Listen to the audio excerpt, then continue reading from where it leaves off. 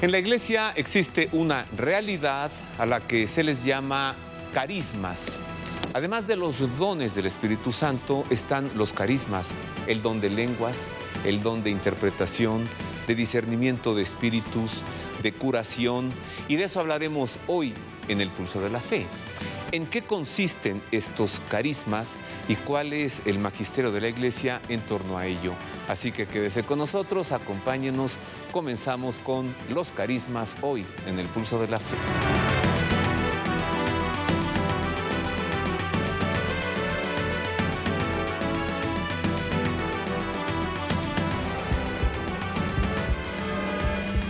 Queridos amigos, es un grande gusto saludarle como cada semana. Es un placer poder servirle a través de la televisión y hoy particularmente con este tema tan especial del que todos sabemos, intuimos, hay carismas. Alguien tiene el don de discernimiento de espíritus, otros el don de lenguas. Pero, ¿qué es esto, no? Me parece que es un tema del que hay que hablar, porque se conoce, pero también en la misma iglesia se habla poco. Y para ello he buscado al padre Cándido Holguín. Él es sacerdote franciscano de la Tercera Orden Regular, se ha conocido más como franciscanos Tor. Él es un especialista en este tema, ha gastado muchos años de su vida en la investigación de este asunto de los carismas. Es profesor en la Universidad Pontificia de México y hoy, padre Cándido, un grande gusto que esté aquí con nosotros para poner luz en esto. Es un placer enorme, en verdad, estar aquí con ustedes, Roberto. ¿Verdad? Mire, he de confesar que mucho tiempo de mi vida pensé, esto que dicen son cosas que son adornos, ¿no? Que la gente se pone, ¿no? Les gusta adornarse, pero he visto que no, que es una realidad y que San Pablo profusamente habla de ello, o sea que es algo que sí existe. Claro que sí. Vamos a entender, Roberto, lamentablemente, hablando que nuestra querida iglesia es por sí misma neumática y esto no se ha entendido todavía hasta el día de hoy. Neumática de neuma espíritu. Es decir, exactamente, es guiada desde el inicio por el Espíritu Santo. Por eso una de las notas de la iglesia, que es santa, es precisamente por el Espíritu Santo. Y entonces, pero sí, como lo has dicho, lamentablemente poco se ha llegado a aterrizar el tema en el ambiente eclesial. Entonces, ahí está como una situación, yo creo, urgente, ¿verdad? En todo nuestro ámbito parroquial, eclesial y, por supuesto, ¿no?, en toda nuestra querida Iglesia universal. A veces pareciera como si fuera algo exclusivo de los grupos de renovación carismática en el Espíritu Santo, ¿no? O sea, hay carismas solo en estos grupos, ¿por qué no en otros? Así es.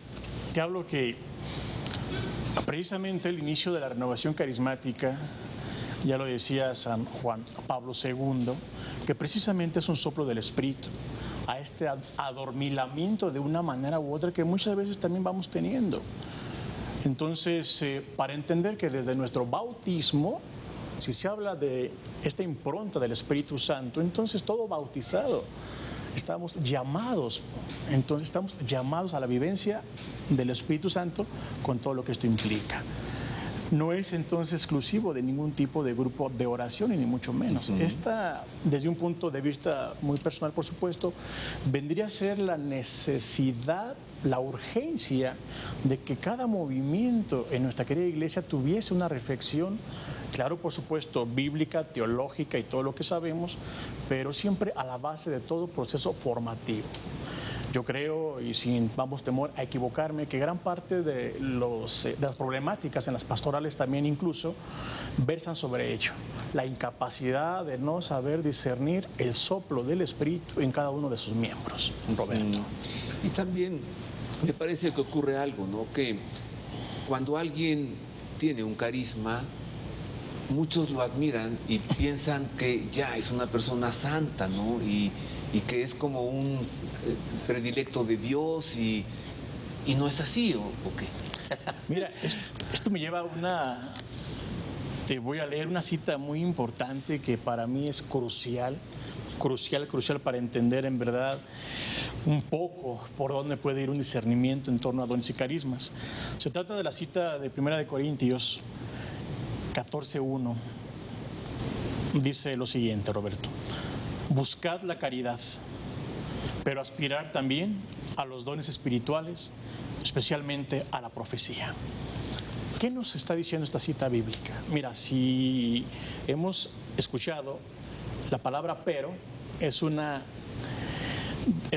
conjunción disyuntiva, que esto vendría a ponernos, por así decirlo, en contraparte con la caridad. Si el texto dice, buscad la caridad, pero aspirar también a los dones espirituales, especialmente la profecía, nos vendría entonces a decir que la caridad no es un don espiritual, si lo tomamos de esta manera. Caridad es amor. Exactamente. Pero ¿qué es lo que el texto nos está diciendo? Para tocar el tema de la santidad precisamente. Que una es la gracia de Dios que siempre se nos da, siempre se nos ha dado.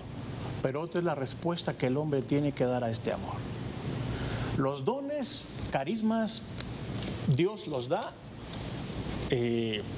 a cascadas, como Él guste, porque es Dios. Y a quien guste. A quien guste y como guste, porque es Dios finalmente. Pero es el hombre quien responde desde la caridad. Por eso entonces es que la santidad vamos a ubicarla no solamente en la experiencia de tal o cual don, sino que esta tiene que pasar de manera exclusiva por el don de la caridad, que llama también por San Pablo el don del amor, como el filtro primordial, el filtro básico para poder entender los demás carismas. Ajá. No los carismas por sí mismos, dones, carismas y todo ello, no podríamos hablar de una persona santa si no es en torno al amor que la persona vive en referencia a estos carismas, a estos dones. Si no, sería como una higuera con mucho follaje, pero sin higos. Exactamente. ¿Cuáles son los carismas? ¿Qué son los carismas? Hicimos una investigación para profundizar en ello, mire. La naturaleza de los carismas es de origen sobrenatural porque Dios los concede a determinadas personas como un don del Espíritu Santo para ayudar a la Iglesia.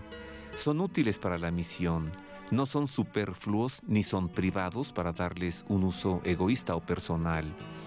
Los carismas se distinguen en 3 grupos: carismas de la mente, sabiduría, ciencia y discernimiento de espíritus; carismas de acción, milagros, sanaciones y fortaleza en la fe; carismas de la lengua, profecía, hablar en lenguas e interpretación de lenguas. El carisma de sabiduría consiste en conocer los misterios maravillosos de Dios, su amor, su grandeza y su preocupación por nosotros. El de ciencia son asuntos del pasado, del presente o del futuro que Dios conoce y que se los da a saber a algunos. El discernimiento de espíritus consiste en diferenciar lo que viene del bien y lo que procede del mal. El carisma de milagros es el don de obtener milagros tal como prometió Jesús. Las sanaciones es un carisma consistente en sanar física e interiormente con el poder del Espíritu de Dios. La fortaleza en la fe es contar con esa fe que mueve montañas. Es el mayor poder con el que cuenta la humanidad.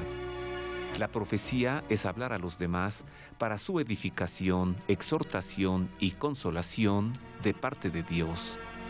Hablar en lenguas es hablar la lengua que el Espíritu Santo quiera para dirigirse a Dios, no a las personas, mediante el Espíritu que dice cosas misteriosas. Este carisma sirve para la edificación de la persona. La interpretación de lenguas consiste en traducir lo que quien tiene el don de lenguas expresó hablando o cantando. San Pablo enseña que los carismas son también posturas cristianas fundamentales, como la fe, esperanza, amor, ayudas caritativas y apoyo mediante consuelo y exhortación, y que todos los ministerios y funciones de la Iglesia son queridas por el Espíritu y debidas a su acción para servir a la maduración espiritual y a la vida cristiana de las comunidades. ¿Qué tal? Estos son los carismas. Padre Cándido, ¿nos los puede explicar? Claro que sí. A ver, ¿qué tal? Comenzamos con los de mente, sabiduría, ciencia y discernimiento de espíritus. ¿Qué diferencia, por ejemplo, entre el carisma de sabiduría y el de ciencia? Sabiduría y ciencia. La ciencia, vamos a llamarlo así. Una cosa que es importante antes de proseguir, Roberto, es que los dones y los carismas todos se entrecruzan, todos se entrelazan, por así decirlo. Entonces, muchas veces el propio carisma o el don por sí solo se va a entender en referencia a los demás también. Es importante que esto lo veamos y que lo expliquemos de esta manera. El don de ciencia, en este rubro, en este aspecto, vamos a, precisamente como se habla, ¿no?, es la ciencia infusa por parte de Dios. La ciencia infusa por parte de Dios. Es decir, es el preámbulo, esto que nos viene dado desde lo alto. Por eso para el buen Tomás de Aquino va a tomar él va a decir que, por ejemplo, el entendimiento, desde ahí el ser humano puede conocer a Dios. Por eso es de las facultades más grandes, más altas del alma humana. Pero es gracias entonces a la ciencia infusa que Dios coloca en esa alma, en ese corazón del hombre que le dice sí a Dios. Ya la sabiduría vendría a ser, por así llamarlo, la puesta en práctica de esa ciencia. Siempre, por supuesto, escuchando y haciendo la voluntad de Dios. La sabiduría ya vendría a ser la puesta en práctica de la ciencia infusa, colocada desde lo alto por Dios. En este caso, Roberto. El padre Cándido impartió un maravilloso curso recientemente en la Universidad Pontificia de México sobre los carismas. Tuve la alegría de participar y me sorprendió, padre, darme cuenta que el carisma de conocimiento no es tanto como tener conocimiento, sino saber decirlo, lo que uno sabe. Wow. Sí. Ajá. Has tocado un tema muy importante. O sea, predicar, o sea, evangelizar. Fíjate que tocas un tema muy importante. Pablo habla de conocer con sabiduría. De ahí entonces es que el conocimiento, como lo compartí hace un momento, entonces no es un conocimiento, por así llamarlo, al aire, sino que se expresa en la responsabilidad de la persona, pero que sabiamente se abre a Dios. No es el conocimiento, por así llamarlo de una manera u otra, meramente intelectiva, sino que sapiencial. Sapiencial. Y para nosotros, por supuesto, desde el ámbito de la fe, la sapiencia viene de Dios, la sabiduría viene de Dios. Por eso entonces es que el verdadero conocimiento siempre se ancla en la sabiduría de Dios. Por eso no es un saber cualquiera, sino que es desde la propia, digamos, potestad de Dios, sabiduría de Dios. Entonces, en el carisma de sabiduría, Dios le da a quien Él quiera algunos conocimientos del pasado, del presente y del futuro. Y el don o el carisma del conocimiento sería que Dios nos da una habilidad o una forma para saberlo decir, sí. Exactamente, Roberto. ¿Qué tal? Exactamente. Santa Teresa de Jesús dirá, 3 gracias te da Dios, una saberlo, otra saber que lo sabes, otra saberlo decir. Exacto. El carisma de conocimiento es saberlo decir. Exactamente, sapiencialmente hablando, Roberto. Ajá. Que no es cualquier cosa. Ajá. Así es. ¿Y qué tal con el carisma de curación, sanación, el don de lenguas, el carisma de interpretar las lenguas, el carisma de profecía? Vamos a una pausa breve, regresamos con esto y con más.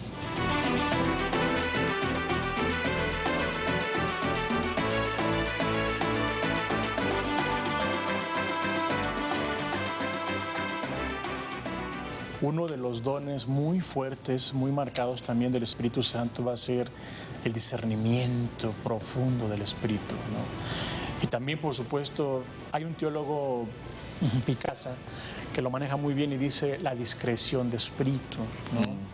La capacidad para, y el texto bíblico va a decir, no, examinar todo y quedarte con lo bueno.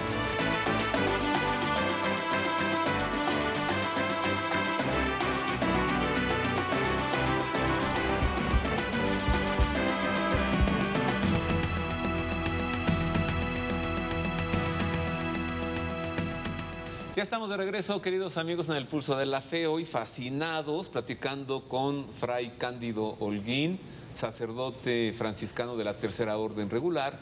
Y estamos hoy tratando el tema de los carismas.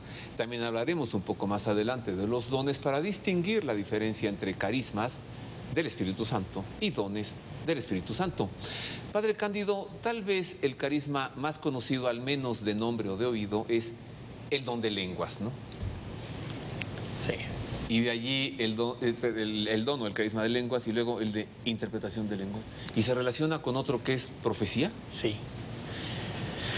Fíjate que, Roberto, estimado Roberto, Gracias. Es un tema en verdad, o es uno de los dones que ha causado también un poco de revuelta, también por así decirlo, en nuestras comunidades. ¿Lenguas? El don de lenguas. Porque finalmente, ya de por sí, cuando se habla del Espíritu Santo, cuando se habla de dones y carismas y todo ello, pues como que no tenemos las herramientas para medir hasta dónde puede ser, digamos, verdadera tal o cual lengua, tal o cual don, etcétera. Por eso lo hace un poquito complicado, pero vamos un poquito a dar 2 o 3 pautas sobre ello. Pablo habla del don de lenguas desde 3 vertientes, por así llamarle, ¿no? Uno es la adoración, otro es la alabanza y otro precisamente es ya donde viene la interpretación, por así llamarle, ¿no? Y aquí precisamente se ancla de manera muy profunda con la profecía.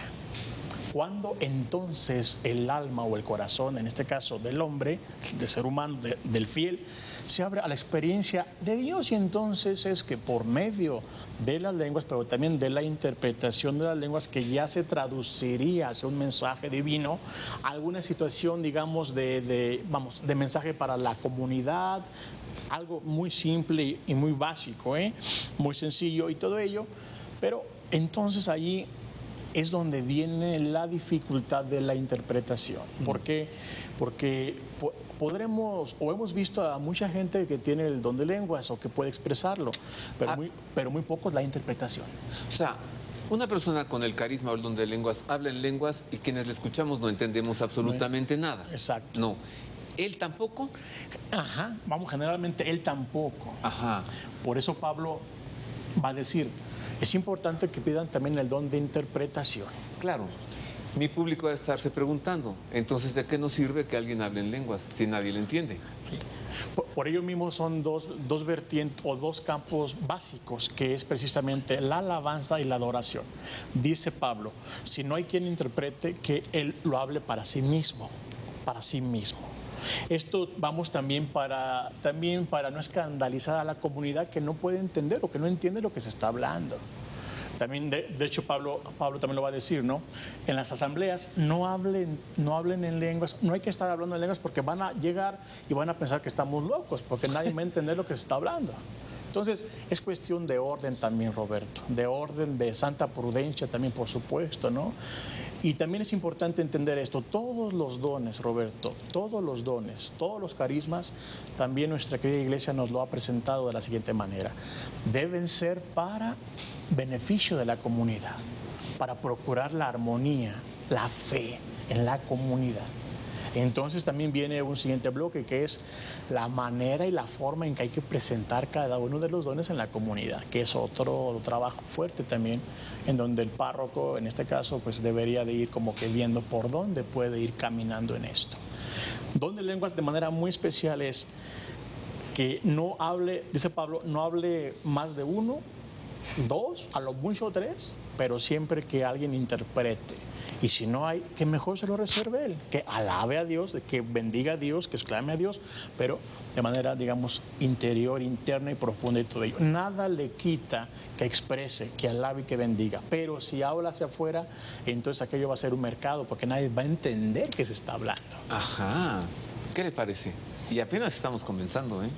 Mire, recientemente en el mes de junio, hacia el final, se presentó un documento de la Sagrada Congregación para la Doctrina de la Fe de nombre Juvenescit Ecclesia, que significa algo así como la iglesia se renueva o la iglesia se rejuvenece, y es un documento que trata precisamente sobre los carismas en la jerarquía.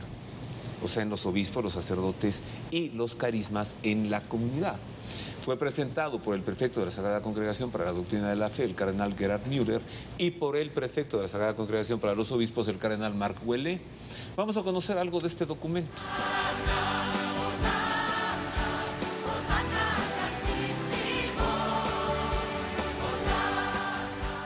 Un documento para dar un nuevo impulso a la salida misionera de la Iglesia en toda su variada riqueza y para valorar el papel misionero de las asociaciones de fieles, de los movimientos eclesiales y de nuevas comunidades suscitadas por el Espíritu Santo y que ya han entrado en la etapa de la madurez eclesial.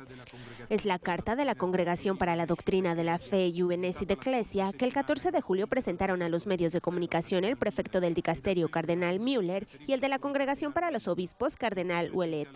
El punto esencial del documento que se está preparando desde el pontificado de San Juan Pablo II es que los dones jerárquicos conferidos con el sacramento de la ordenación y los dones carismáticos que el Espíritu Santo distribuye libremente son coesenciales para la vida de la Iglesia.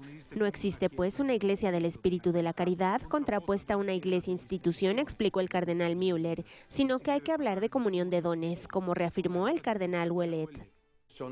Los dones jerárquicos y los dones carismáticos son coesenciales, lo que no significa que tengan la misma función, porque son los obispos quienes tienen la responsabilidad de discernir la autenticidad de los carismas, de acompañarlos, de animarlos a seguir la misión de las iglesias locales y de la Iglesia universal, mientras que los dones carismáticos deben situarse siempre dentro de la comunión de la Iglesia, en el respeto de la función del magisterio petrino, o sea, el Papa, que es el primer responsable de la unidad de la Iglesia, y de cada obispo en su sede local, que también es responsable de la unidad.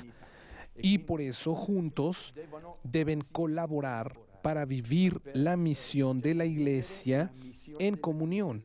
Y de esta manera, el impacto sobre el mundo y sobre la sociedad es más profundo y más duradero. El documento Juvenes et Ecclesia recuerda que el cometido de reconocer un don carismático auténtico compete a los obispos y enumera algunos criterios específicos para el discernimiento, entre ellos el testimonio de una comunión en los hechos con toda la Iglesia y la mirada dirigida a la dimensión social de la evangelización. También es necesario discernir si viene el Espíritu de Dios o un espíritu del mundo. En el mundo existe el pecado y la autorreferencialidad y el egoísmo de presentarse, de vanagloriarse de sí mismo. Por eso, los obispos deben discernir estos carismas, no dominarlos o controlar los carismas cuando son auténticos carismas y vienen del Espíritu Santo. Los obispos deben reconocer, favorecer, integrar todo esto en la vida de la Iglesia. Por eso es central la relación de comunión entre la Iglesia diocesana y las nuevas comunidades y movimientos que no pueden concebirse como una realidad paralela. Un concepto que ya expresó con fuerza el Papa Francisco en la exhortación apostólica Evangelii Gaudium. El Papa es muy consciente de que todas las nuevas formas deben desarrollarse conforme a la libertad y la creatividad del espíritu, pero también deben integrarse en la misión de la Iglesia universal y la Iglesia local, y servir a esta conversión misionera de la Iglesia. El Papa insiste mucho en esto. Los obispos deben gestionar su comunidad diocesana y son los primeros responsables de la misión. Pero los que, por así decirlo, van delante para proclamar donde la palabra aún no se ha escuchado, son de estas comunidades carismáticas, de congregaciones misioneras o movimientos que penetran en la sociedad secularizada también, donde el Evangelio no ha sido anunciado. Padre Cándido, a ver, esto que dijo el cardenal Müller, También es necesario discernir si viene del Espíritu de Dios o un espíritu del mundo. O sea, alguien puede tener lo que parece un carisma, pero es una cosa de un demonio. Mira, ¿A eso se refiere? Tocas un tema muy importante, precisamente, Roberto. Uno de los dones muy fuertes, muy marcados también del Espíritu Santo va a ser el discernimiento profundo del Espíritu, ¿no? Y también, por supuesto, hay un teólogo, Picasa, que lo maneja muy bien y dice la discreción de espíritu, ¿no? La capacidad para, y el texto bíblico va a decir, no, examinar todo y quedarte con lo bueno. ¿Qué quiere decir esto, Roberto? Que finalmente existe precisamente tanto la maldad como el bien. Y entonces el ser humano pues tenemos, digamos, ciertas herramientas, por así llamarlo, para ir, discerniendo.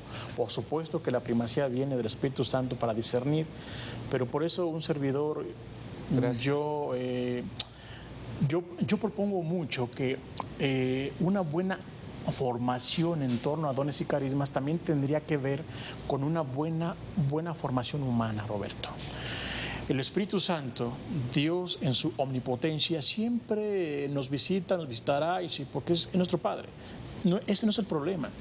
El problema es, como dice San Pablo, que en muchas ocasiones la vasija de barro, entonces, pues, de no estar integrada, no tener una armonía más o menos antropológicamente hablando básica, ahí es donde muchas ocasiones entonces, si algo viene de Dios, en ese momento, Roberto, puede manipularse y no venir exactamente, digamos, ¿no?, desde lo alto. Hay brujos, hechiceros, que la gente pobrecita desesperada, ¿no?, por un cáncer, por algo que no se resuelve, acuden con ellos, les meten las manos, les hacen pases de manos y los curan, o hay una curación aparente. O sea, esto no es un carisma del Espíritu Santo. En ese caso es una cosa de un espíritu del mundo. En ese caso vemos que hay una situación de intencionalidad del corazón de la persona que lo está haciendo. Y entonces, si vemos también el texto bíblico en el libro de los Hechos de los Apóstoles, vamos a ver cómo va a haber varios personajes que van a hablar o van a tener, digamos, ¿no?, la adivinación. Ajá. Pero esto entonces ya por el mismo término, si es adivinación, quiere decir que es contrario a lo divino. Entonces vamos a estar hablando que muchos de ellos entonces, Roberto, desde antes por supuesto, hay una intencionalidad que ya no es de Dios. Ya entonces, ahí podemos ver que el discernimiento primario siempre tiene que partir de la intencionalidad del corazón de quien está, vamos, en este caso, con tal o cual don. Entonces, son muchos los casos de magos, también, por ejemplo, en el texto bíblico, que van a hacer, digamos, este trabajo, lo que sea. Y es entender también lo siguiente, que el ángel caído, pues, se viste también, ¿no? Se viste de luz, se viste. Entonces, esta es una de las trampas más fuertes también que maneja la maldad. Decir que por otros medios la persona puede encontrar el descanso, la paz y la armonía, que de hecho también es bíblico, ¿eh? Fuera de Dios. Exactamente. Es un engaño. Es un engaño. Y si vamos al texto bíblico, al Antiguo Testamento, vamos a decir que precisamente este es uno de los pecados más fuertes del pueblo de Israel. Alguien más les resuelve su vida y entonces, pues, Dios queda a un lado. Ya ve, qué importante es conocer y saber. Como dice, me parece, San Lucas, digan sí cuando es sí, digan no cuando es no. Cualquier otra cosa es del demonio. Del demonio, exacto. Vamos a hacer otra pausa, es breve. Hay que profundizar en este carisma de sanación o curación y hay que hablar también de la profecía. Una pausa y volvemos con esto y con más.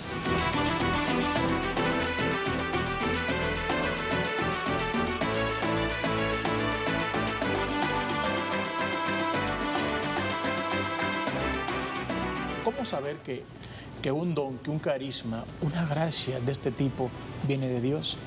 Cuando la persona ve siempre el bien de la comunidad. Jamás para él mismo, jamás para crecerse, jamás para decir que él, no, jamás. Bien sabe que todo le viene dado de lo alto y es siempre en pro de la comunidad. La comunidad tiene que prevalecer siempre.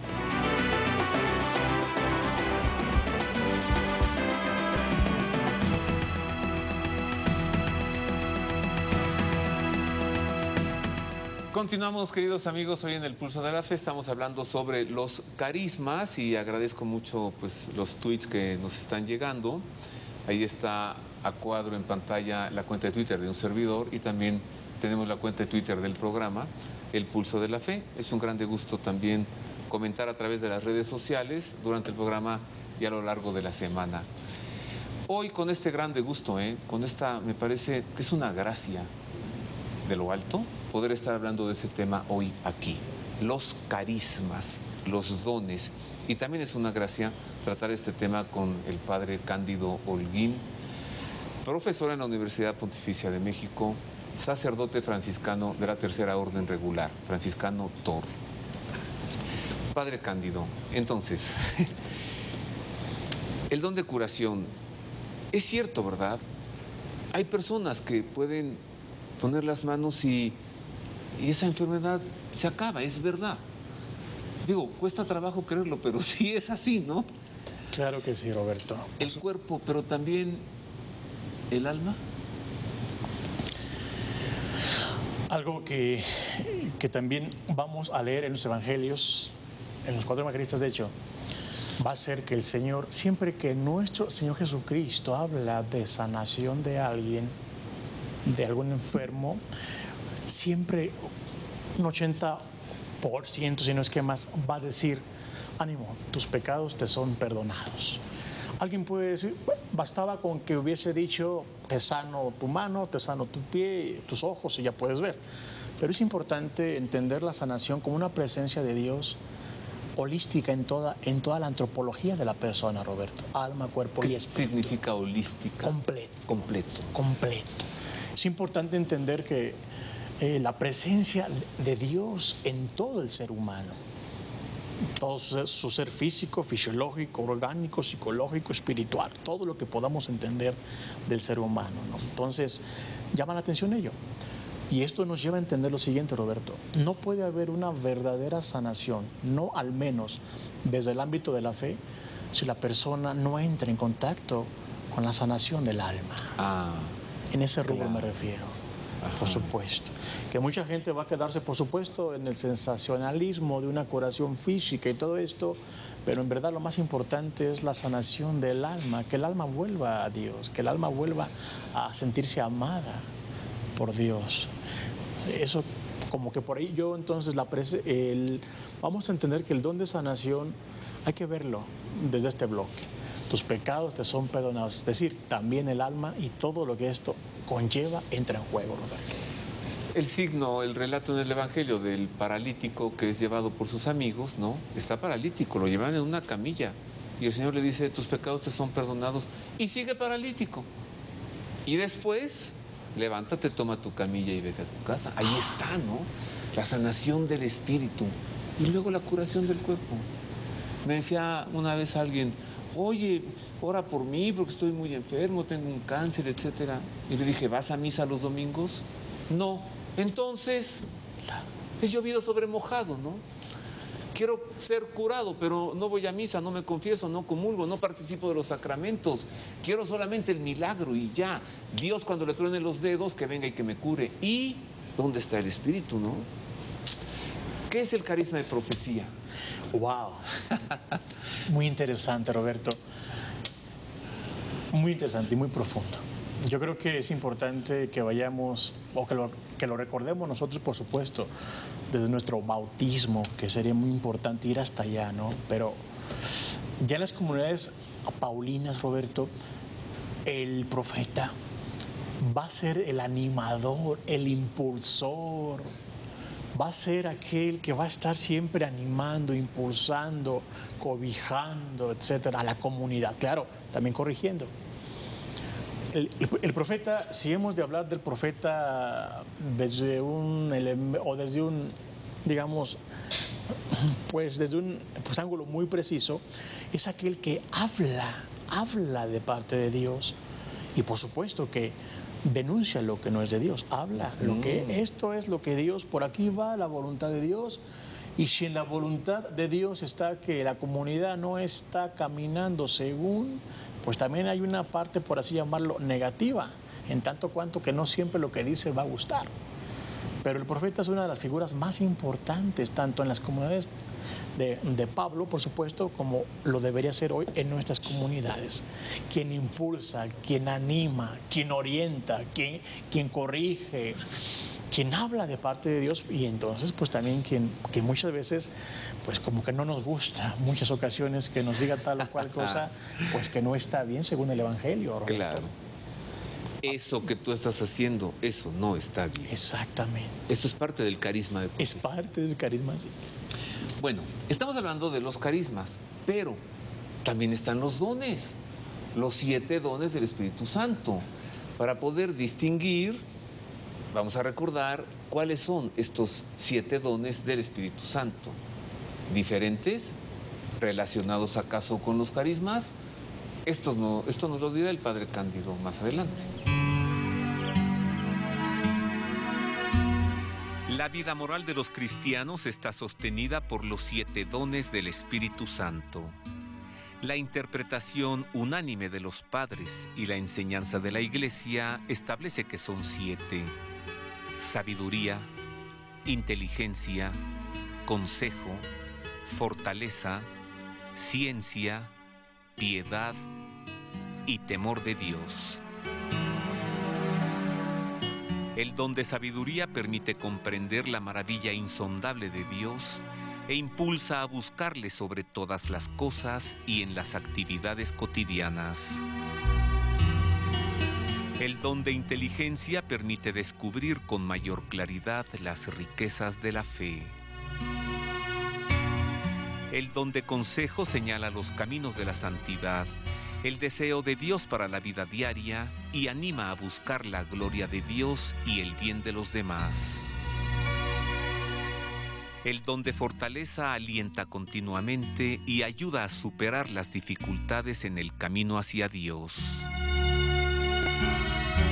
El don de ciencia orienta a juzgar con rectitud las cosas creadas y a mantener el corazón en Dios. El don de piedad mueve a tratar a Dios con la confianza con la que un hijo trata a su padre. El don de temor de Dios induce a huir de las ocasiones de pecar, a no ceder a la tentación y a evitar todo mal que pueda ofender a Dios. Estos 7 dones del Espíritu Santo son hábitos sobrenaturales infundidos por Dios en las potencias del alma para recibir y secundar con facilidad las mociones del propio Espíritu Santo al modo divino o sobrehumano.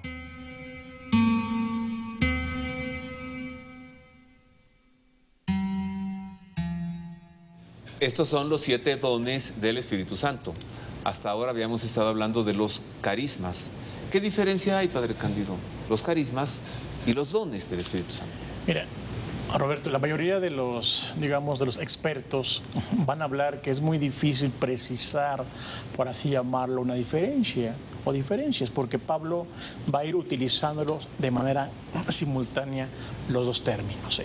Pero si hemos de ubicar una diferencia muy concreta es que el don viene a ser este elemento innato, por así llamarlo, desde la gracia de Dios, innato, pero que puede quedar ahí. En cambio, el carisma es ya la puesta en práctica de este don.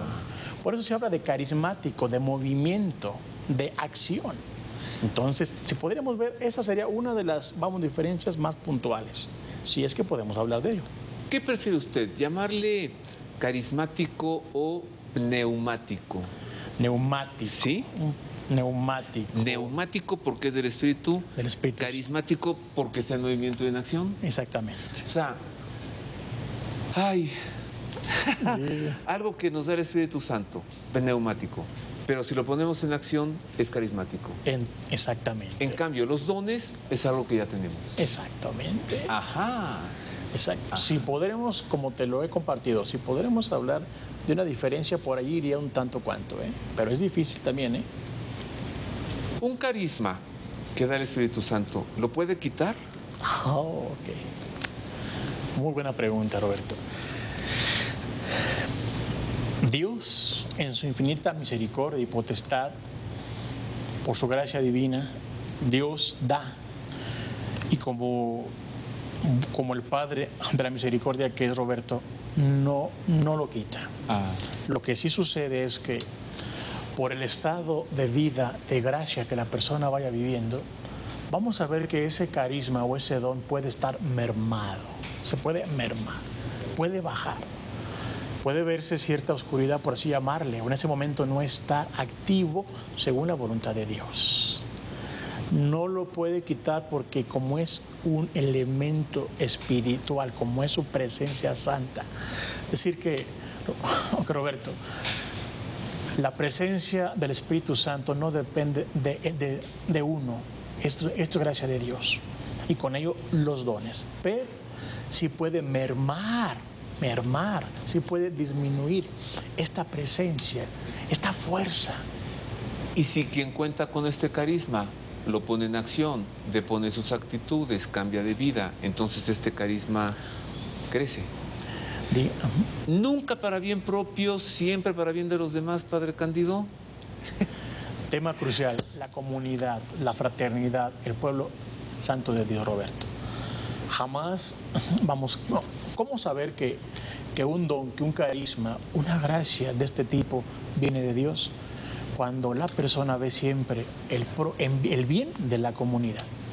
Jamás para él mismo, jamás para crecerse, jamás para decir que él, no, jamás.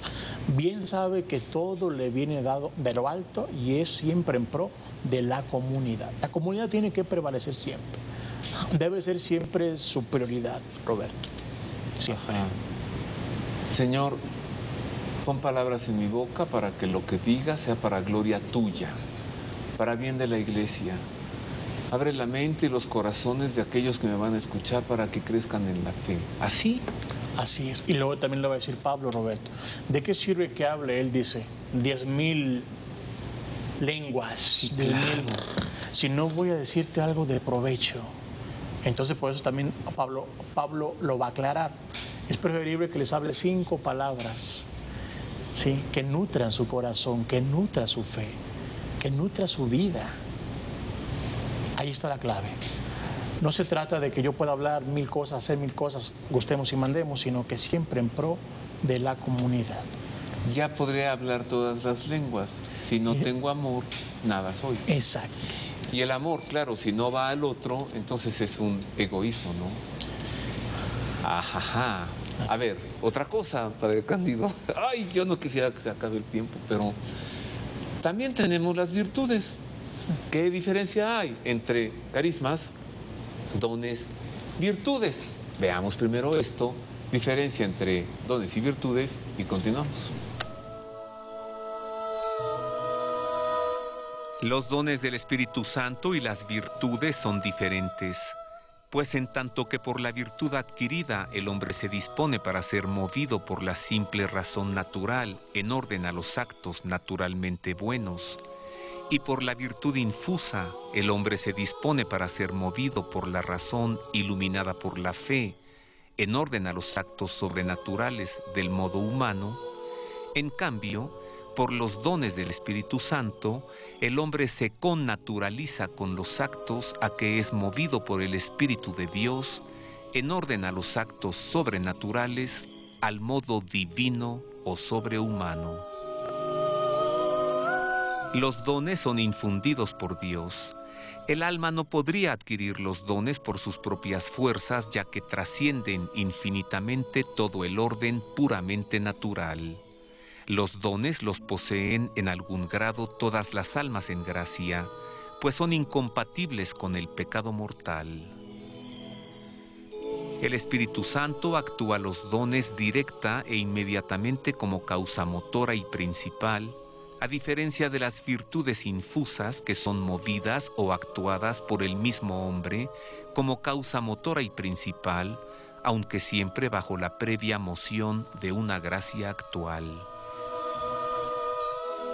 Los dones perfeccionan el acto sobrenatural de las virtudes infusas, pues por la moción divina de los dones, el Espíritu Santo, inhabitante en el alma, rige y gobierna inmediatamente nuestra vida sobrenatural, ya no es la razón humana la que manda y gobierna, es el Espíritu Santo mismo, que actúa como regla, motor y causa principal, única de nuestros actos virtuosos, poniendo en movimiento todo el organismo de nuestra vida sobrenatural hasta llevarlo a su pleno desarrollo.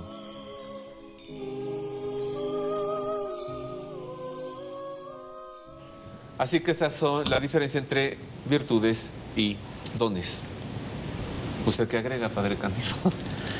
Muy interesante también, porque si vamos a hablar, vamos de manera teologal precisamente, no hablamos de la caridad, de la esperanza, ¿verdad? Y lógico, por supuesto, de la fe. Y los dones, en este caso, si hemos de colocar una puntualización al respecto, ¿ok, Roberto? Vendría a ser que entonces la puesta en práctica de ese don, ¿verdad?, lleva a cabo, ¿verdad? Entonces, digamos, el elemento ya natural de Dios sobre ese corazón humano. La virtud está ahí, pero ya en el momento en que el don, por así llamarlo, se pone en práctica en la persona, entra entonces, ya es el elemento ya natural que la persona, comienza a vivir. Es decir, la virtud puede estar ahí también de manera muy innata, pero pues ahí está. A ver si le entendí. La virtud debo cultivarla. Exactamente. Practicarla. Exactamente. El don ya está allí, debo ponerlo en acción. Ajá. ¿Y entonces un carisma? Exactamente. ¿Qué tal? Por ahí Ajá. va. Por ahí iríamos un poco, Roberto. ¿Hay algún carisma que se nos haya ido por allí, que se nos haya quedado en el portafolio? Me gustaría hablar un minutito, Roberto, de la enseñanza. Porque este es un tema importantísimo también. El carisma de la enseñanza. De la enseñanza, y de manera muy crucial en las comunidades paulinas, la enseñanza de la fe. Que hasta el día de hoy es también un tema crucial para nuestra querida iglesia, Roberto. ¿Por qué? Porque hemos de precisar para nosotros el centro de nuestra fe, que es Jesucristo. En el momento de las comunidades paulinas, entonces los apóstoles, por supuesto, Pablo de manera muy enérgica, va a hablar siempre de que quien enseña debe de cuidar la unidad de los suyos, la unidad de la comunidad, la unidad de la fe. Siempre entonces en torno a lo que se nos ha dicho de Jesucristo, centro vital de nuestra vida en todos los sentidos. Por eso es que la enseñanza en la fe es algo mucho más, digamos, que algo externo, Roberto, sino que va al corazón de la enseñanza cristiana, muy profundamente hablando. Y esto entonces, Roberto, nos cuida de muchas divisiones que se van haciendo en el camino, por supuesto, ¿no? Muchas divisiones en nuestra querida iglesia, Roberto, van a pasar por ahí. ¿Por qué? ¿O por dónde? Cuando entonces el cuidado de la fe no se entiende de manera desde lo que sabemos que enseñó nuestro Señor Jesucristo. Si Él es nuestro centro, Roberto, si Él es nuestro centro vital de vida en todos los aspectos, si todos los carismas, dones, todas las gracias divinas vienen de Él, pues mira, una cosa son los conflictos humanos, ordinariamente, que esto está todos los días, pero otra cosa es que nadie me mueve de la fe en Jesucristo. Y si esto es lo que Él enseñó, entonces, pues no es necesario que ande buscando otras situaciones, ¿no? Y reconocer bien el elemento humano. Siempre es importante ello. Yo creo que también una tarea muy grande de nuestra querida iglesia, también una necesidad muy grande de cualquier párroco y todo ello, Roberto, sería la capacidad de proporcionar elementos antropológicos dentro de la formación que nos clarifiquen entonces todo este ámbito. Por un lado, de toda la enseñanza desde la fe, desde los apóstoles, pero también qué hombre, en dónde se va a cristalizar esta enseñanza. Quizá en una antropología vamos dividida, quizá confusa, quizá herida, quizá lastimada. Y entonces es muy fácil comenzar con los campos de la división. Por eso es un don también muy importante, don de enseñanza de la fe, que no es una mera ideologización ni mucho menos, sino va al punto central de la experiencia de Jesucristo, defendida por la santa, digamos, por la santa tradición, por supuesto, no como algo autoritario, para nada, sino como un elemento crucial que no nos debe, digamos, que no debemos olvidar, Roberto. Como arena, Padre Cándido, como agua entre los dedos, así se fue hoy el tiempo. ¿Nos puede dar una conclusión en medio minuto? Claro que sí, con mucho gusto, Roberto. Absolutamente todos los dones, y si comenzamos desde lo más, por así decirlo, más básico, Roberto, que es el don de las lenguas, hasta el último que podemos llamar los dones de dirección que vienen en las cartas paulinas, absolutamente todos pasan y deben de pasar por el filtro del amor. Uh-huh. Pero es un amor que se hace muy consciente, en verdad, viendo de cara al crucificado. No podemos discernir ningún don o no fuésemos sinceros si nos movemos fuera del amor, Roberto. Y también, ya por último, urge que nuestras comunidades, también parroquiales, nos interesemos en esta formación teológica, bíblica, psicológica, antropológica de dones y carismas, porque es necesario. Muchas gracias, Padre Cándido, por ponernos luz en esto hoy. Aprecio mucho su presencia y su enseñanza. Gracias. Que Dios te bendiga muchísimo, al contrario. Yo también tengo una, gracias, pequeña conclusión. ¿Y sabe por qué me atrevo a decirla? Porque no es mía, es de Santa Teresa de Jesús. La voy a citar, a ver si está de acuerdo con nosotros, Padre. Por supuesto. Si Dios quiere, quiero. Si Él no quiere, no quiero. ¿Sí? Así es. Muchas gracias, queridos amigos, por habernos acompañado hoy en el Pulso de la Fe. Un abrazo de todo corazón a todo nuestro amable público, a quienes nos ven en Tijuana, Baja California, a través del canal 27.2 de alta definición. Abrazo grande también, y además esta señal se mete a las comunidades de San Diego, California, y gran parte de los Estados Unidos en California. Allá tenemos muy buenos amigos. Abrazo particularmente para la comunidad de la Iglesia de Corpus Christi en Chula Vista.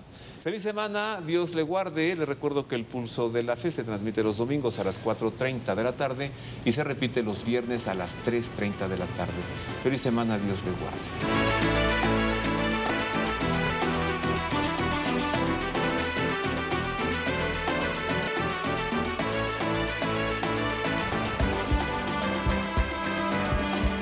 ¿Sabe usted la diferencia entre iconografía e iconología? ¿Y en qué consiste? ¿Cuáles son las características de la iconografía y de la iconología cristianas? Ese es el tema de hoy. Además, hablaremos de la Capilla Sixtina, que decoró Miguel Ángel en la bóveda y en el retablo principal, el Juicio Final. Y también hablaremos sobre el extraño rostro de Mano Pelo. Un rostro, suponemos que es de Cristo. Algunos aseguran que la tela la llevaba la Verónica o Santa Verónica en el Vía Crucis. Y estos tres temas, iconografía e iconología, Capilla Sixtina y el rostro de Mano Pelo, hoy aquí con el Padre Henrik Pfeiffer. Acompáñenos.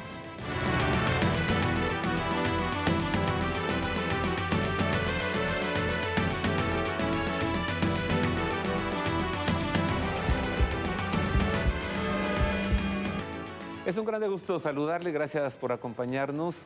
Verdaderamente un placer servirle a usted a través de la televisión en el Pulso de la Fe. Hoy, pues con la gratísima presencia, sí lo escuchó bien, el Padre Henrik Pfeiffer, aquí hoy con nosotros. Introduzcamos el tema a través de esta investigación que hicimos para abrir el programa hoy, la iconografía cristiana. La iconografía cristiana ha tomado símbolos que han sido utilizados en otras épocas y en diversas regiones del mundo y que fueron ampliamente utilizados por la Iglesia primitiva como símbolos elementales. El agua, por ejemplo, representa la purificación y el fuego al Espíritu Santo en Pentecostés. Entre los símbolos empleados por los primeros cristianos, los peces ocupan el primer lugar en importancia. Su popularidad se debió al acróstico compuesto por las letras iniciales de 5 palabras griegas que componen el vocablo ichthys, que significa pez, pero que a su vez son las iniciales de las palabras Iesus, Christus, Theos, Ios, Soter, es decir, Jesucristo, el Hijo de Dios, Salvador. Las catacumbas de los primeros cristianos, que se decoraron con pinturas de pasajes bíblicos, palomas, corderos, uvas, santos y de Cristo, Son la cuna de la iconografía cristiana que condujo posteriormente a la elaboración de los magníficos iconos bizantinos. Se le llama periodo iconoclasta al tiempo durante el que las imágenes fueron prohibidas por el emperador León III el Isáurico, entre los años 726 y 730. En el año 754, su hijo Constantino V confirmó la prohibición celebrando un concilio en Hiera, cerca de Constantinopla, en el año 754. Pero la veneración de imágenes fue restablecida posteriormente por la emperatriz Irene Regente en el séptimo concilio ecuménico, que anuló las decisiones del concilio iconoclasta anterior y desechó la afirmación de que la veneración de imágenes constituye idolatría. Nuevamente la prohibición la volvió a imponer el emperador bizantino León V en el año 815 y nuevamente la prohibición fue suprimida, ahora por la emperatriz Teodora. El arte de los iconos se extendió entre las iglesias ortodoxas, la iglesia copta y las iglesias católicas orientales. La cruz, que es el símbolo cristiano por excelencia y el símbolo más reconocido en todo el mundo, se comenzó a representar por lo menos desde el siglo II. Esto para comenzar, queridos amigos. Ahora, para profundizar en este tema, recibo con afecto al arquitecto Ángel Díaz Bonet. Él es director de Vía Vaticano, ha recorrido el mundo visitando catedrales, iglesias, monasterios, conventos, revisando la arquitectura y el arte sacro. Bienvenido, Ángel, muchas gracias. ¿Qué tal, Roberto? Gracias por la invitación. Gracias a ti. Recibo también con afecto al padre Henrik Pfeiffer, conocido en todo el mundo, un gran iconólogo, iconógrafo. Él fue director de la Cátedra de Historia del Arte en la Universidad Gregoriana de Roma y presentó en el año 2009 el más reciente estudio sobre la Capilla Sixtina. Bienvenido, padre Pfeiffer, muchas gracias. Es usted sacerdote jesuita también, como el Papa. Sí. ¿Qué diferencia encontramos entre iconografía e iconología cristiana? Se tiene que decir, iconografía responde a la pregunta ¿qué es representado? Iconología es prácticamente todo el horizonte que se tiene que conocer para interpretar bien una obra de arte. Cualquier obra de arte. Se tiene que conocer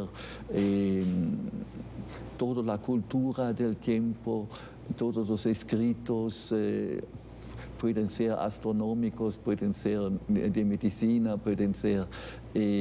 cuanto más se conoce, tanto más fácilmente se puede dar la justa interpretación de una obra de arte, en particular de una obra de arte cristiana. ¿En qué momento de la historia, Ángel, llega a su apogeo la iconografía cristiana? Bueno, hay varios momentos estelares en la historia, ¿no? En la época reciente, en la época paleocristiana, la formación de esto toma la influencia del paganismo romano, pero ya en la época bizantina va a tener una identidad propia y todavía en Grecia y en la parte de la iglesia ortodoxa la sigue teniendo esta tradición. Y después el arte gótico y posteriormente en el clímax, que es el Renacimiento y el Barroco, ¿no? Con pintores como los que vamos a ver más adelante, como Rafael, como Miguel Ángel. Pues es una simbiosis entre la plenitud de la expresión artística con mensaje, ¿no? Porque es la forma primaria o principal para la evangelización, ¿no? Recordemos que en las épocas primeras de la cristiandad la gente no sabía escribir, no sabía leer. Entonces la forma de evangelizar era a través de los íconos, de la iconografía, de ver representado el Evangelio, tanto la historia de Jesús como del Antiguo Testamento, a través de imágenes. Era la forma de catequizar. ¿Diría usted, padre Pfeiffer, que las catacumbas, los iconos bizantinos, todo se dirige a una gran explosión que ocurre en el Cinquecento, en el Renacimiento? Tengo que distinguir un poquito. Y el primero arte es un diálogo con la arte antigua pagana y también un diálogo con las condiciones que son dadas a través de la prohibición de la imagen de Dios en la cultura hebraica. Y después, pero la primera vez cuando se hace una enorme, grande, nueva síntesis es exactamente el arte bizantino. Pero en el occidente todo va en manera diferente, porque se puede decir se desarrolla nuevas formas. El arte se desarrolla prácticamente casi como uno toma la mano y mira muy cerca y la mano se discuesta siempre más y tú ves un fondo detrás de la mano. Y este momento es exactamente el arte bizantino. Y también en el occidente todo queda muy ligado al arte bizantino hasta la brutal división entre la iglesia latina y la iglesia greca. Ajá. Pero, ¿qué sucede en el Renacimiento? ¿Por qué aparecen juntos estos genios como Miguel Ángel, Rafaelo? ¿Qué sucedió allí? Viene Marisa O'Farrill enseguida para presentarnos a uno de estos grandes genios. Si ella presenta a Santos, debe decir que está introducida la causa de beatificación de Miguel Ángel Buonarroti.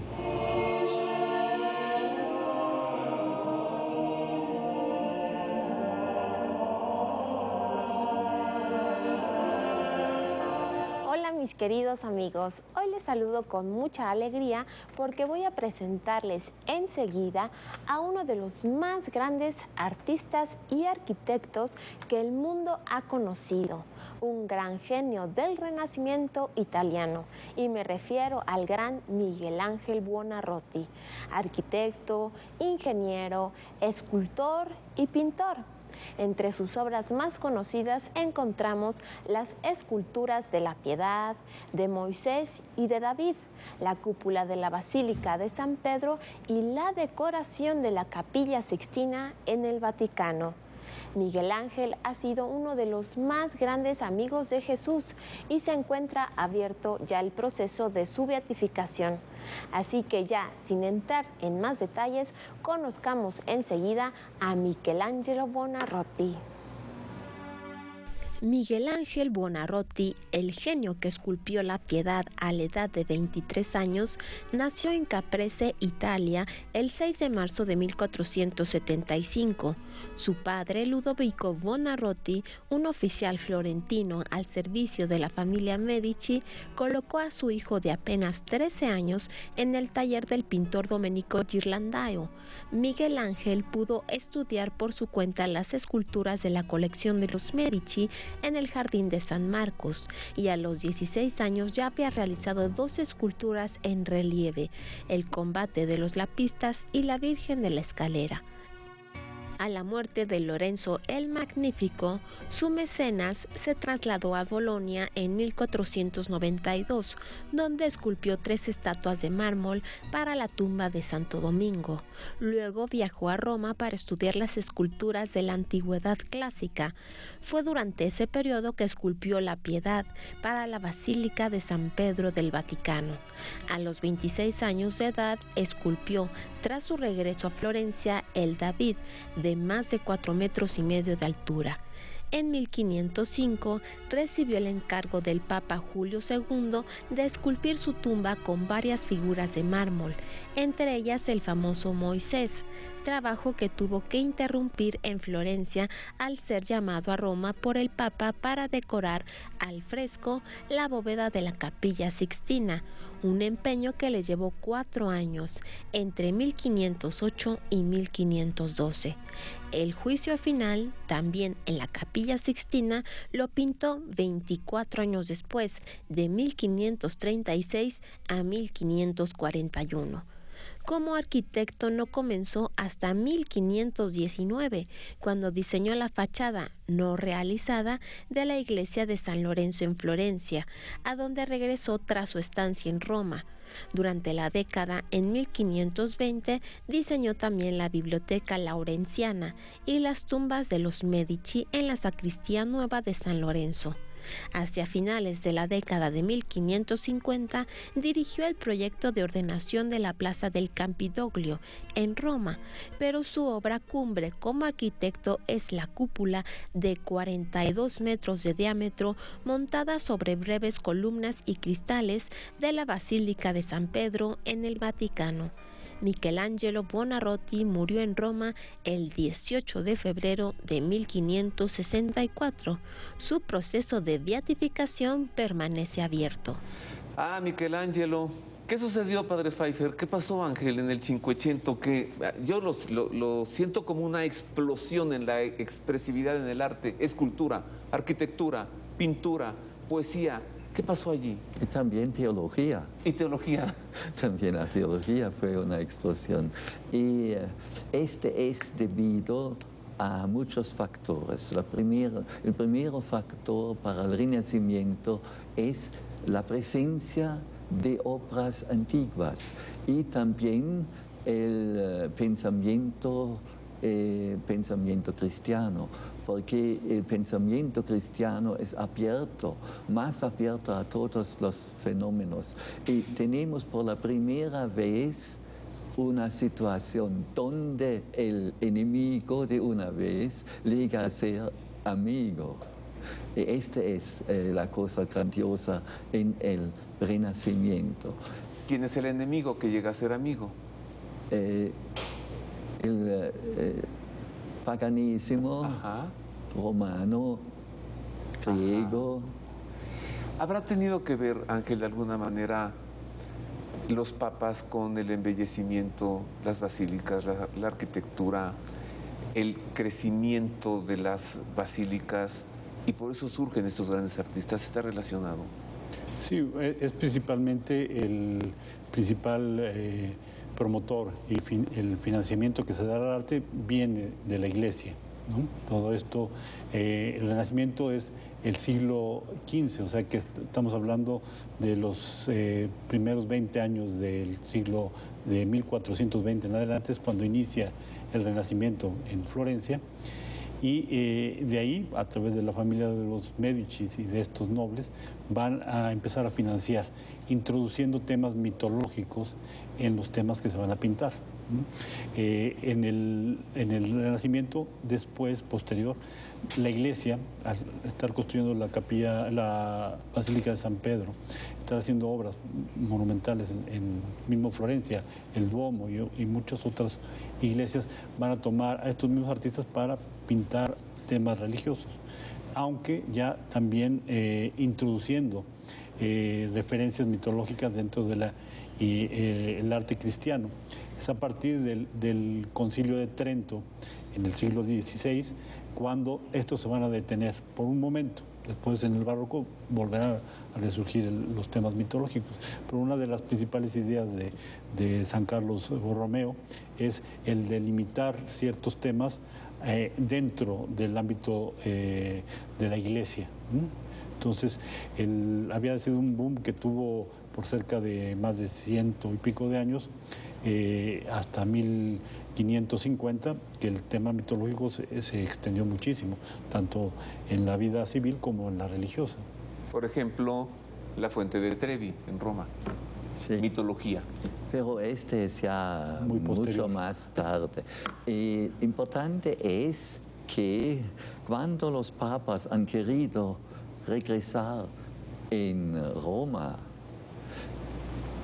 la catedral de Roma, San Juan de Letrán, no fue más utilizable. Ajá. Y ahí los papas después de Aviñón, han buscado la tumba de San Pedro para subrayar como primera cosa la supremacía de los papas como sucesores de Pedro en el mismo lugar. Este fue muy importante. Esto es como una gran luz en un túnel. Los papas estaban en Aviñón, regresan a Roma, el Palacio Lateranense está inservible. Quieren encontrar a Pedro. Se van al circo de Nerón, escarban, lo buscan. Si Pedro murió aquí, edifiquemos la basílica y explota el arte. Estalla. Vamos a hacer una pausa. Regresamos y gracias a la televisión ingresaremos a la Capilla Sixtina. Y que el gran estudioso de la Capilla Sixtina, el padre Pfeiffer, nos haga ver cosas que aunque veamos, no las miramos. Volvemos con esto y con más.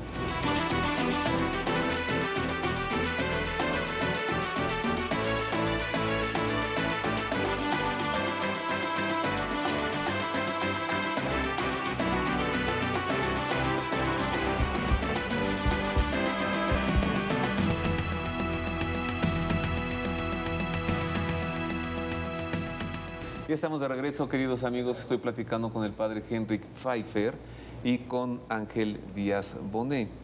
Ángel, tal vez de lo más buscado en Roma por la gran mayoría de las personas que van es la Sixtina, ¿no?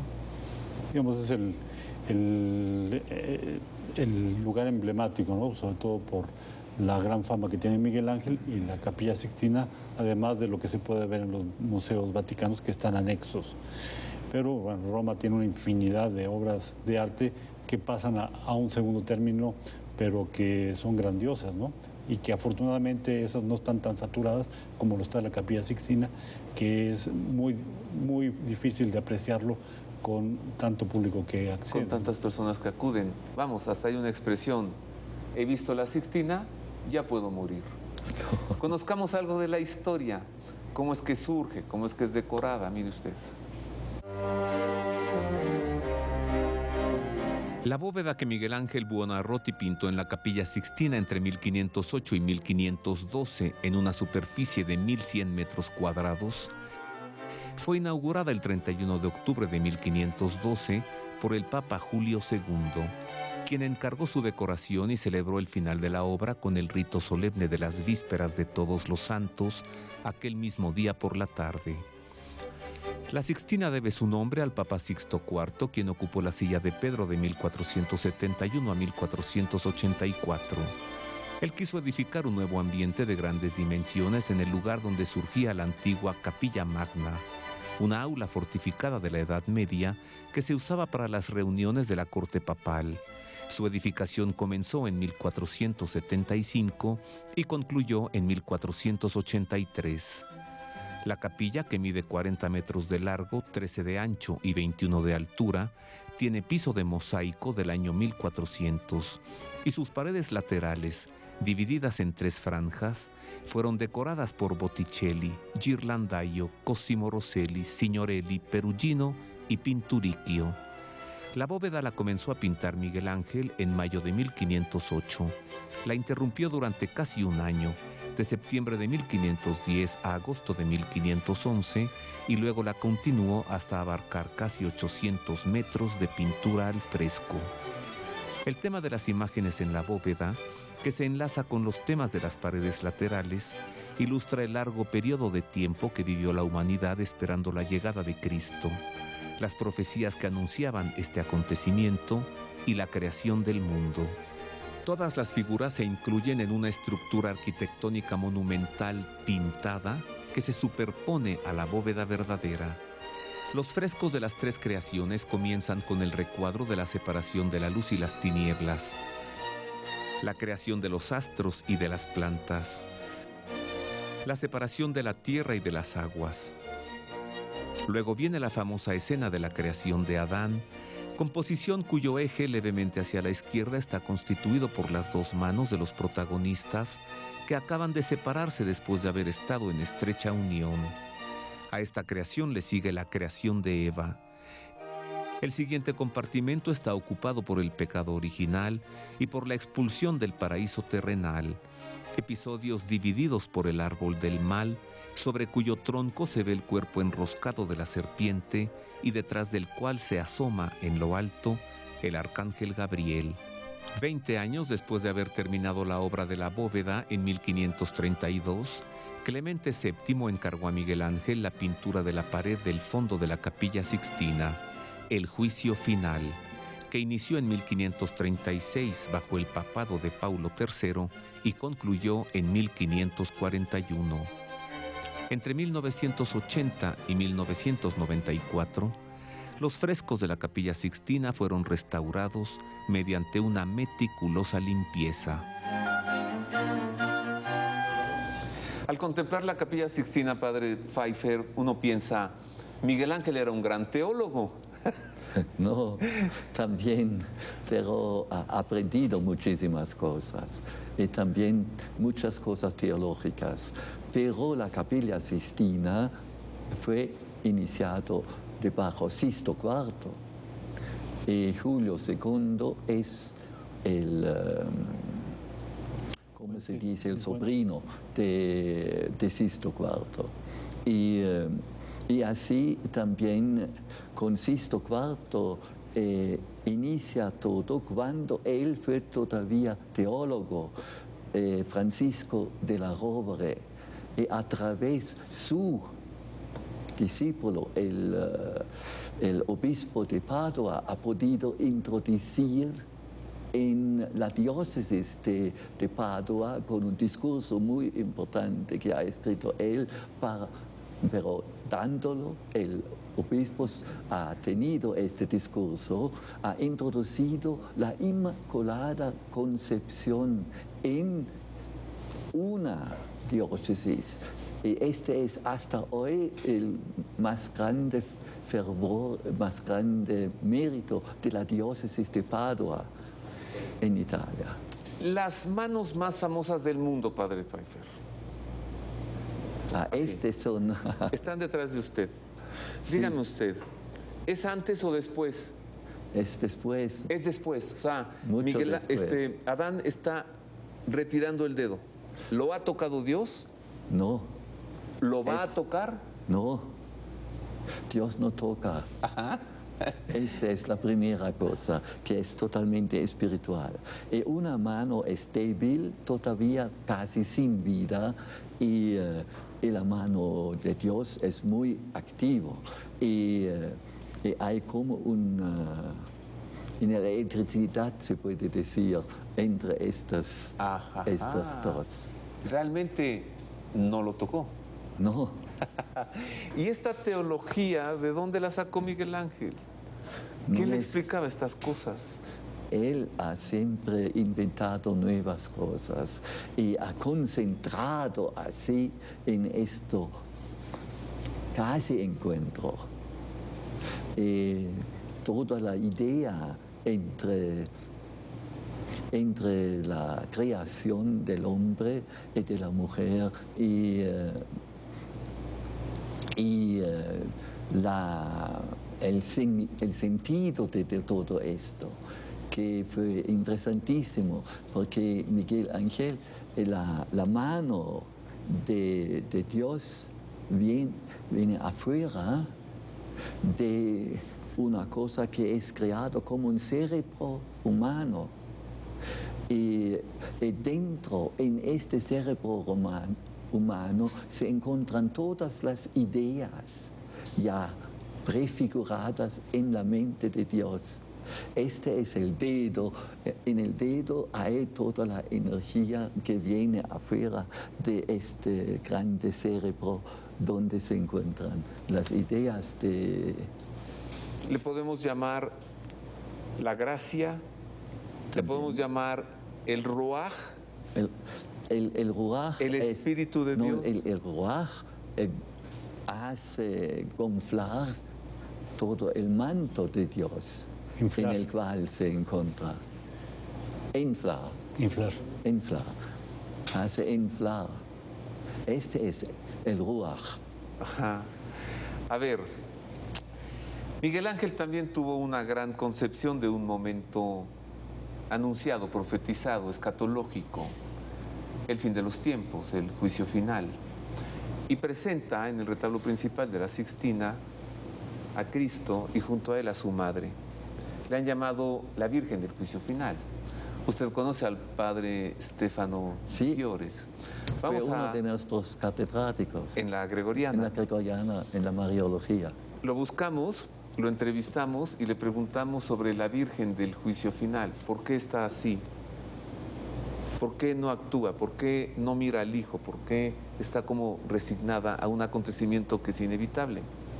Vamos a meditar en esto, la Virgen del Juicio Final en la Sixtina.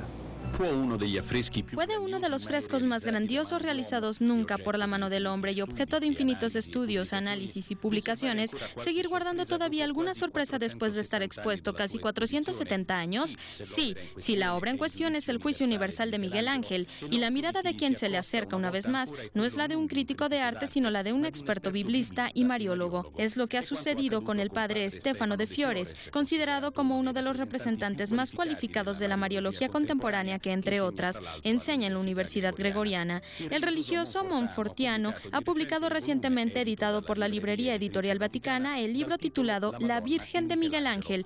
Una de las tesis principales del libro afirma que el gran artista del Renacimiento ofrece en el juicio una interpretación feminista ante litteram de los antepasados pintados en la cúpula de la Sixtina, entre los que destacan hasta 27 figuras de mujeres, frente a las 4 que se nombran únicamente en la genealogía de Mateo. Un resaltar lo femenino. Afirma el padre de Fiores que se condensa en la postura concreta con que Bonarotti representa a la Virgen al lado de su hijo.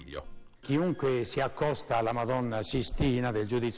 se acerque a la Virgen Sixtina del Juicio Universal tiene que saber que hay diseños preparatorios en los que Miguel Ángel ve a María según la tradición, con los brazos extendidos frente a Cristo, implorando piedad y misericordia también en el día del juicio.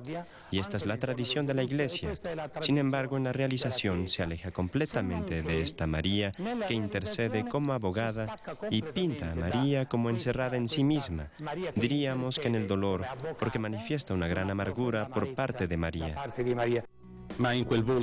Pero en el rostro de María, por el que Miguel Ángel coloca la sombra de la resignación, se vislumbra en realidad una conciencia que el libro del padre de Fiores saca claramente a la luz.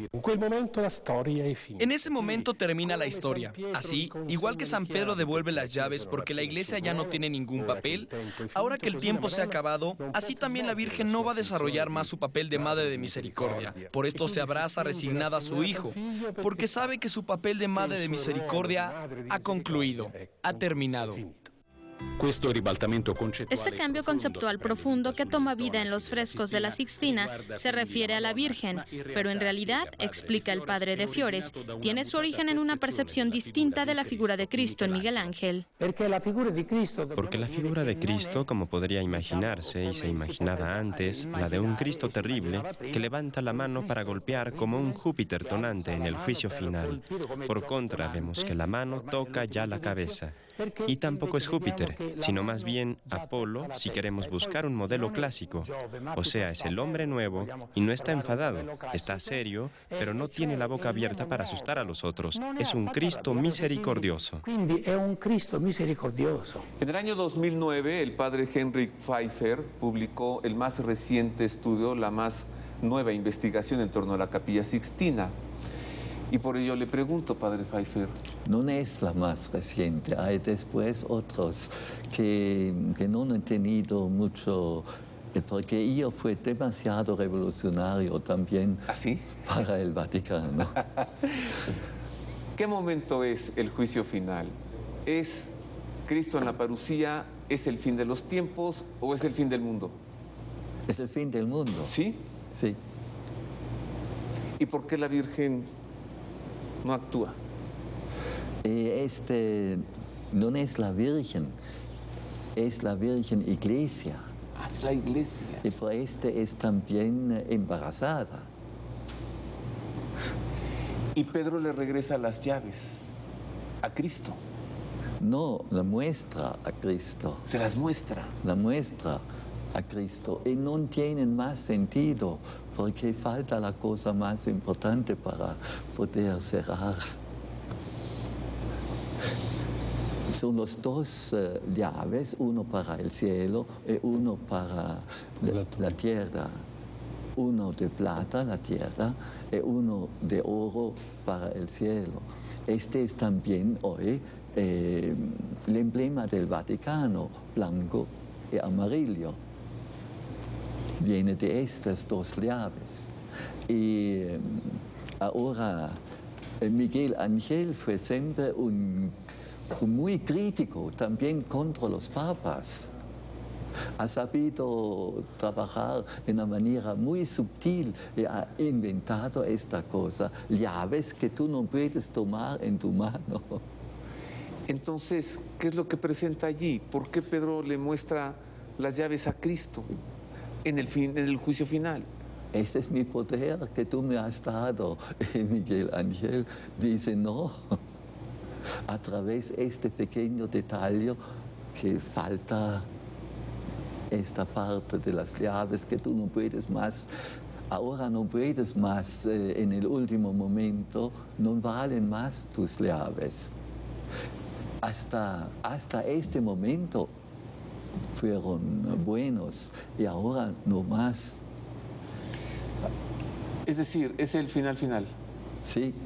El fin de la iglesia, el fin de la humanidad, el fin de del todo. Mundo.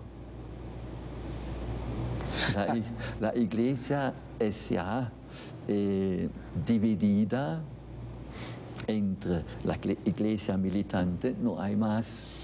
La iglesia purgante hay todavía, y la iglesia triunfante, que son los santos, hay.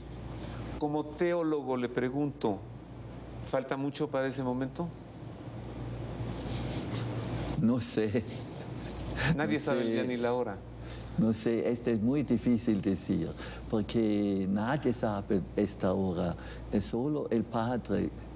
Por fin, el Hijo no lo sabe. Esta es la cosa interesante en la Sagrada. Pero el Hijo nos dio signos cuando vean que estas cosas ocurren. Sí, pero estos son mezclados con la fin de Jerusalén. Y son mezclados, es como ver en una perspectiva muchas cosas juntos o distintos, como quieres. Es muy difícil distinguir después. Sí, claro. Una profecía que no se ha cumplido siempre es vaga. ¿Qué pretendía el Papa con presentar el juicio final, Ángel? Bueno, algo quería él. Este ya viene en la segunda etapa. Hay dos etapas. III.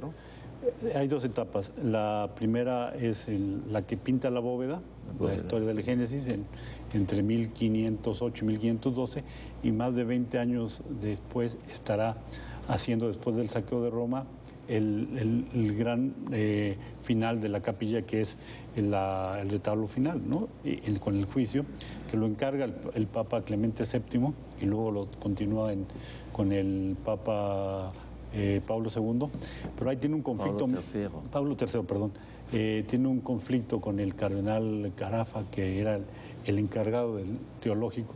Sobre todo era muy estricto este papá y no quería que estuvieran personas desnudas, y entonces lo hace que las pinte. Incluso también parece que Miguel Ángel lo pone en un lugar muy apropiado a este que sería luego el Papa Pío IV, ¿no? Sixto IV. No, el cardenal Carafa. El cardenal Carafa es Pío IV. Pío IV. Sí. Y lo pone en un lugar no muy apropiado. ¿En el juicio final? En el juicio final. Y el rostro, Miguel Ángel pone su rostro en la piel de San Bartolomé, ¿sí? Sí. Bueno, hay tantas cosas que pudiéramos hacer un programa diario durante un año sobre la Capilla Sixtina y no acabamos. Una pausa, regresamos con el rostro, misterioso rostro de Manopelo. ¿Es el rostro de Cristo? ¿Es el lienzo? ¿Cuál es su origen? ¿De dónde sale? ¿Está relacionado acaso con la devoción en el Via Crucis a la Verónica? ¿Verónica es una mujer o Verónica es una verdadera imagen? Volvemos con Manopelo.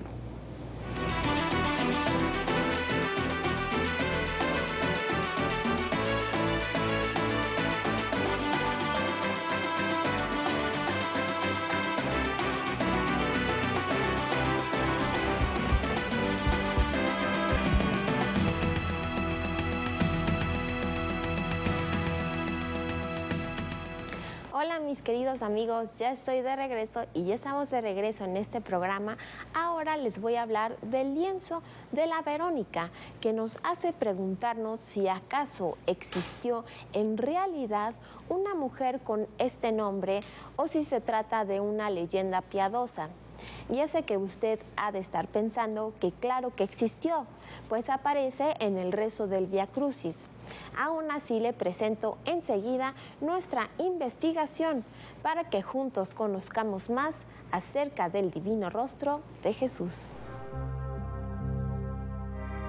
El nombre Verónica podría derivarse de la palabra latina vero, que significa verdadero, e icon, que quiere decir imagen, con el significado de verdadera imagen. Otra derivación se encuentra en el griego ferenike o berenique, que da lugar al antiguo nombre de Berenice y que se modificaría en Verónica.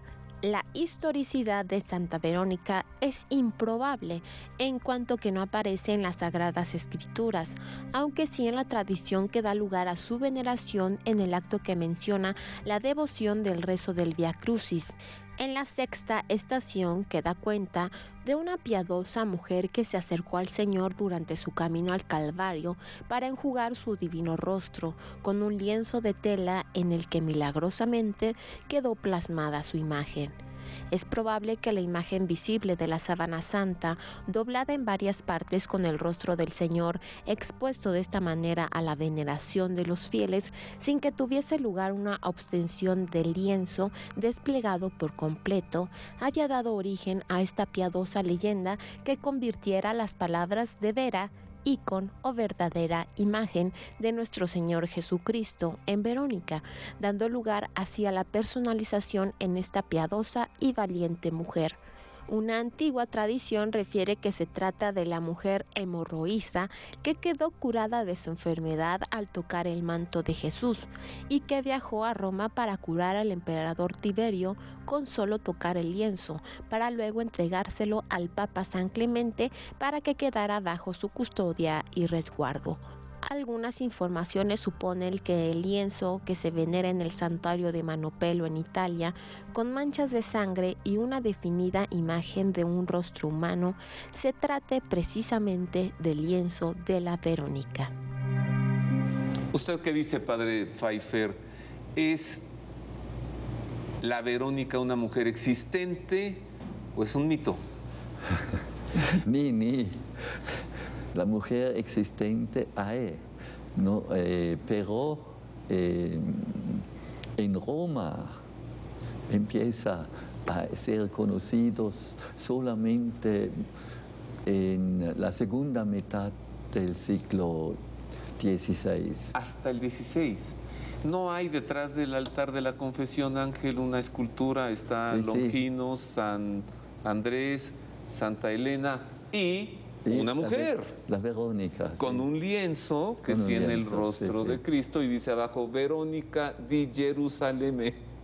Entonces, ¿qué hacemos con esto? Estuvo el rostro santo o el rostro de Cristo que estuvo desde que se terminó la construcción de la basílica, y la última vez que se ve en Roma, que se exhibe, fue en el jubileo del 1600, después desaparece y ya no se supo dónde queda, ¿no? Entonces, el padre Pfeiffer tiene una teoría de que es la... La historia es muy complicada, muy complicada, porque naturalmente tenemos como última cosa la introducción de la escena de la Verónica en la Vía Crucis. Se muestra la casa de la Verónica, de donde es andada afuera, pero es solo en el siglo XV. Verónica no es una palabra que se deriva de vero y con. Exacto. Sí, verdadera imagen. Antes, sí. Ese misterioso rostro que está en Manopelo, que el padre Pfeiffer me trajo este lenticular, que al moverlo podemos ver la transposición con el rostro del lienzo que está en Turín. Este es el rostro de la sábana santa, este es el rostro de Manopelo, y como usted ve, coinciden perfectamente. Y el padre Pfeiffer, junto con el cardenal Fiorenzo Angelini, de feliz memoria, ha dedicado muchos años de su vida a estudiar esta extraña imagen. ¿De dónde procede, padre Pfeiffer? Seguramente de la tumba en Jerusalén. Ajá. La tumba de Jesús en Jerusalén. ¿Este lienzo habrá sido parte de la mortaja? Sí. ¿O una mujer se lo coloca en el rostro para limpiarlo? No. La cosa es así. Los objetos son siempre antes de las interpretaciones. Y conocemos a los menos en este momento en el occidente solo dos objetos. Uno aparece como una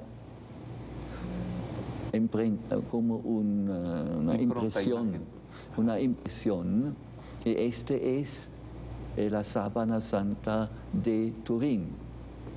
Y uno aparece como una pintura en un primer momento. Todos los dos no son esta cosa. Ni la sábana santa es una impresión, ni Manopelo es una pintura. Aparecen así y son totalmente diferentes. Cuando he conocido por la primera vez la palabra Manopelo y también de esta verdadera imagen de Cristo, fue a través de un mensaje que ha mandado la Blandina Pascalis Schlömer, una monja trapista, a mi compañero jesuita, padre Wulst, que fue el más importante conocedor de la Sábana Santa en Alemania. Y nosotros hemos colaborado. Y yo estuve con él cuando llegó un paquete con todos los dibujos, cómo se puede unir estas dos reliquias. Para tener este resultado, ¿no? Después somos legados hasta este punto. El Papa Benedicto XVI, también de feliz memoria, su primer viaje apostólico fue a Manopelo. Vamos a recordar aquellas imágenes. Y una cosa que pidió el Papa Benedicto fue: quiero que esté conmigo en Manopelo el padre Henrik Pfeiffer. Tráiganlo de donde esté, quiero que me acompañe. Demasiado a menudo la mirada del hombre contemporáneo se pierde entre miles de rostros, sin conseguir encontrar la satisfacción que tanto anhela su corazón. En una época marcada por una soledad ensordecedora, Benedicto XVI señaló una vez más a Cristo como la estrella polar de todos los pensamientos, ya que únicamente mirando sus facciones es posible tomar el camino de la verdad y abrazar la vida. La ocasión fue la visita a la localidad de Manopelo, en Abruzzo, al santuario del Rostro Santo, que desde hace 500 años guarda la imagen aqueropita, esto es, no realizada por manos humanas, ni pintada ni tejida. El viernes 1 de septiembre por la mañana, el Papa llegó a los pies del macizo de la Majella y recibió el abrazo afectuoso de los fieles, como una fiesta de familia, la familia de la Iglesia, un acontecimiento que esperaba desde hace largo tiempo la comunidad de Abruzzo y los frailes capuchinos custodios del santuario. El Papa rezó durante unos minutos ante el Rostro Santo. Para ver a Dios, recordó Benedicto XVI, es preciso conocer a Cristo y dejarse modelar por su espíritu. En suma, seguir el ejemplo de los santos que han reconocido y amado en los hermanos, especialmente en los más pobres y necesitados, el rostro de aquel Dios contemplado largamente con amor en la oración. El que encuentra a Jesús, el que se deja atraer por Él y está dispuesto a seguirlo hasta el sacrificio de su vida, experimenta personalmente, como Él lo hizo en la cruz, que solo el grano de trigo que cae en la tierra y muere, produce mucho fruto. Este es el camino de Cristo, el camino del amor total que vence a la muerte. El que lo recorre y odia su vida en este mundo, la conserva para la vida eterna. También se dirigió el pensamiento del Papa a los sacerdotes, a los seminaristas, a los religiosos y a las religiosas. No se dejen atraer nada más que por Jesús, les exhorto, y trabajar para que toda su actividad sea un reflejo visible de la bondad y de la misericordia divinas, para entrar en comunión con Cristo y contemplar su rostro, reconociéndolo en las vicisitudes de cada día. Continuó Benedicto XVI, es necesario tener manos inocentes y puro corazón. Manos inocentes, esto es, existencias iluminadas por la verdad del amor que vence la indiferencia, la duda, la falsedad y el egoísmo. Y también son necesarios corazones puros, corazones cautivados por la belleza divina, como dice la pequeña Teresa de Lisieux en su oración al rostro santo, corazones que lleven impreso el rostro de Cristo. Ángel, ¿tú qué sabes? ¿Cómo es que llegó ese lienzo a esa pequeña ciudadcita de Italia, Mano Pelo? Bueno, la historia que tiene en el santuario es que llegó un peregrino, una persona, y dejó la donación en el santuario, ¿no? Parece que la haya vendido o alguna cosa así. Llegó sin ninguna aclamación ni nada y se quedó en este santuario de Mano Pelo, pues a partir del siglo XVII, que se venera desde entonces. ¿Cómo se formó la imagen? ¿Hay pintura allí? No. ¿Hay explicación la imagen cómo se ha formado en la tumba de Jesús.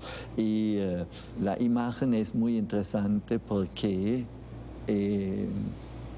tiene una cualidad única, como todas estas imágenes, la presencia del representado de una manera fortísima.